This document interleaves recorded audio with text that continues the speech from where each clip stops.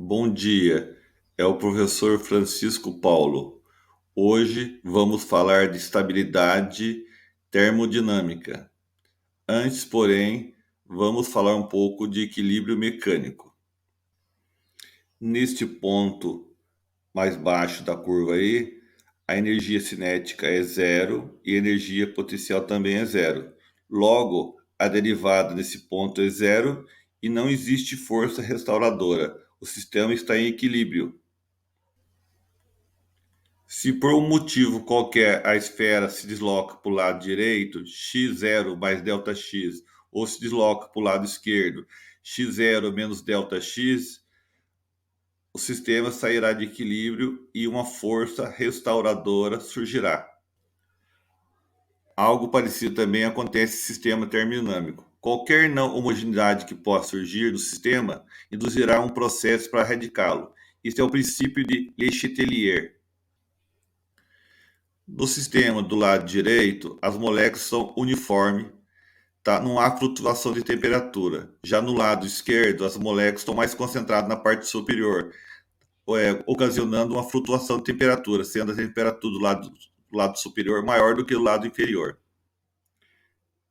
Pelo princípio de Le Chatelier, o próprio sistema induzirá um processo para radicá-lo e torná-lo homogêneo. Considere dois sistemas, tá? Um lado SU e outro lado SU. Então, a soma dos dois sistemas é 2SU, é a máxima entropia. Ainda eles não estão em flutuação. Uma partícula do sistema da esquerda passa para o sistema da direita, aí acontece uma flutuação. O sistema da esquerda fica SU menos ΔU e o sistema da direita fica SU mais ΔU. Se a entropia fosse uma função convexa, a entropia final seria maior do que a entropia inicial.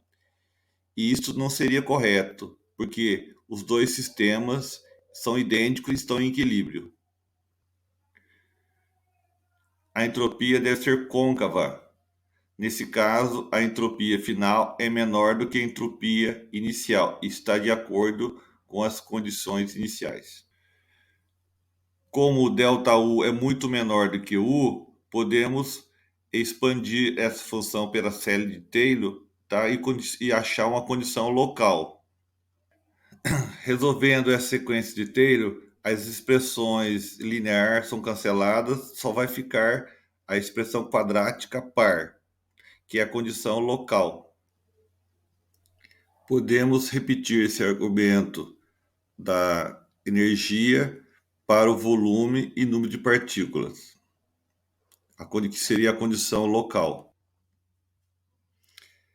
A derivada segunda da entropia em relação à energia tem que ser negativa.